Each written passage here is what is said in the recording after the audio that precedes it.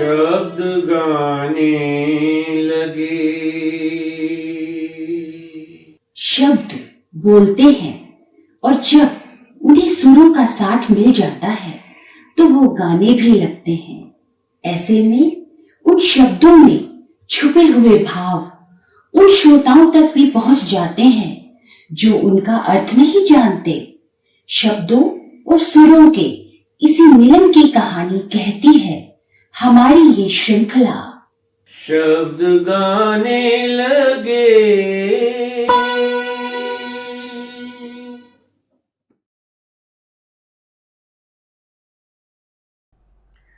आज हम बात करेंगे एक नज्म की, एक ऐसी नज्म जिसे उर्दू अदब में एक खास मकाम हासिल है और उससे भी बड़ा मकाम हासिल है हर भारतीय के दिल में।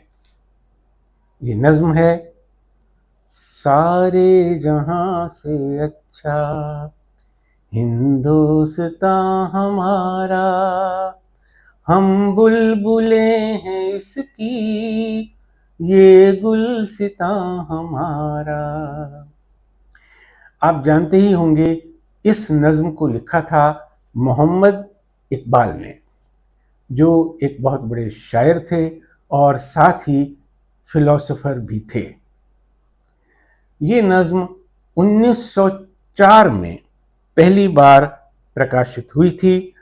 राष्ट्रवाद की भावना से ओतप्रोत इस नज्म में यूं तो कई शेर हैं, पर कुछ शेर ऐसे भी हैं जिन्हें बार बार कोट किया जाता है, जैसे यूनान मिस्र रोमा सब मिट गए जहां से, अब तक मगर है बाकी नामो निशान हमारा।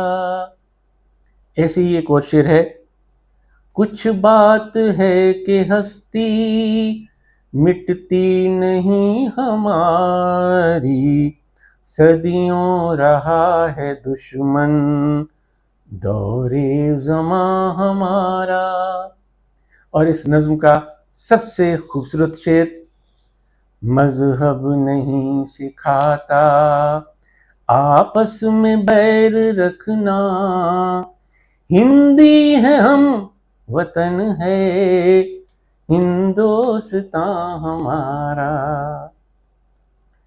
आप में से बहुत से लोग ये सोच रहे होंगे कि मैं इसे नज्म क्यों कह रहा हूँ, क्योंकि देखने में तो ये एक गज़ल जैसी लगती है। हाँ, इसका जो फॉर्मेट है या इसका जो स्ट्रक्चर है वो गज़ल जैसा ही है।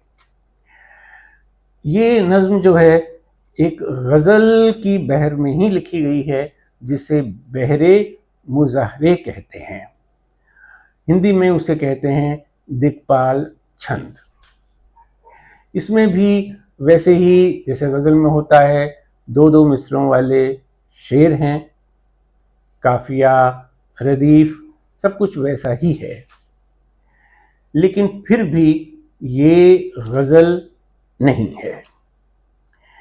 दोस्तों, गज़ल थोड़ी रोमांटिक होती है और उसके जो शेर होते हैं वो अलग अलग विषय पर होते हैं, लेकिन यहाँ तो ये जो नज़्म है ये रोमांटिक नहीं है और इसके जितने भी शेर हैं सबका एक ही विषय है, हमारा हिंदुस्तान। तो इसलिए ये नज़्म है।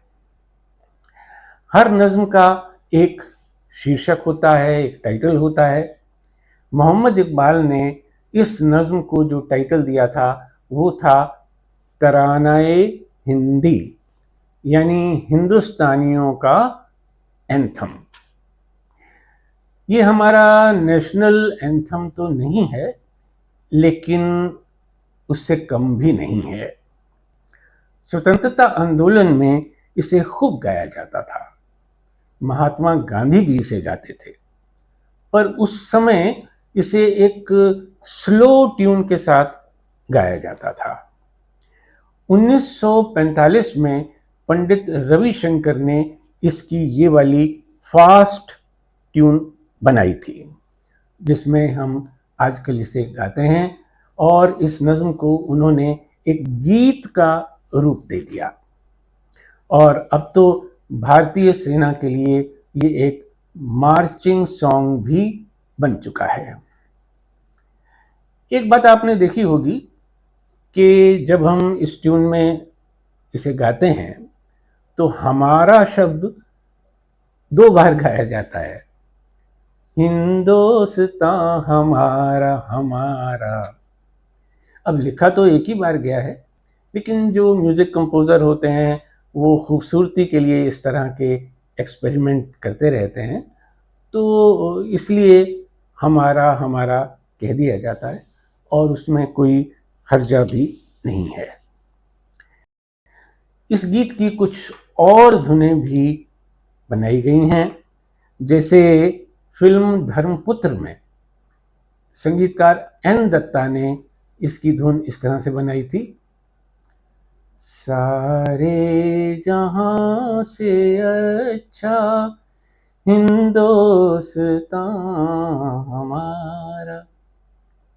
फिल्म हमारा घर में जेपी कौशिक ने इसकी धुन इस तरह से बनाई, सारे जहां से अच्छा हिंदोस्तां हमारा हमारा हिंदोस्तां हमारा।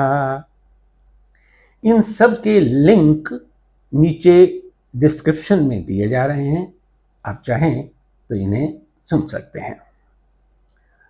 और अब एक ऐसी बात जिस पर सबको बड़ी हैरत होती है, मोहम्मद इकबाल जो 1904 तक राष्ट्रवाद की बातें कर रहे थे, 1910 के बाद उनका दृष्टिकोण बिल्कुल बदल गया और उन्होंने अपनी इसी नज़्म में कुछ बदलाव करके एक और नज़्म कही। क्या कही? चीनो अरब हमारा, हिंदोस्तां हमारा, मुस्लिम है हम, वतन है सारा जहां हमारा। उनका ये दृष्टिकोण कैसे बदल गया, हम उस पर चर्चा नहीं करेंगे क्योंकि वो हमारा विषय नहीं है। और चलते चलते मैं आपको एक और नज़्म के बारे में बता देता हूँ जो साहिर लुधियानवी ने लिखी थी। ये इकबाल की उसी नज़्म की पैरोडी लगती है। वो नज़्म क्या है? चीनो अरब हमारा, हिंदोस्तां हमारा, रहने को घर नहीं है सारा जहां हमारा। खयाम के म्यूज़िक में ये नज़्म फिल्म फिर सुबह होगी में रखी गई थी। इसका लिंक भी नीचे दिया जा रहा है, आप इसे सुन सकते हैं। तो आज बस इतना ही।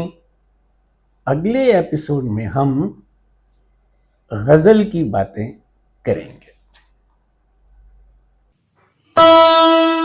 हमारा आज का ये एपिसोड अगर आपको अच्छा लगा हो तो प्लीज लाइक, कमेंट और शेयर करना ना भूलें।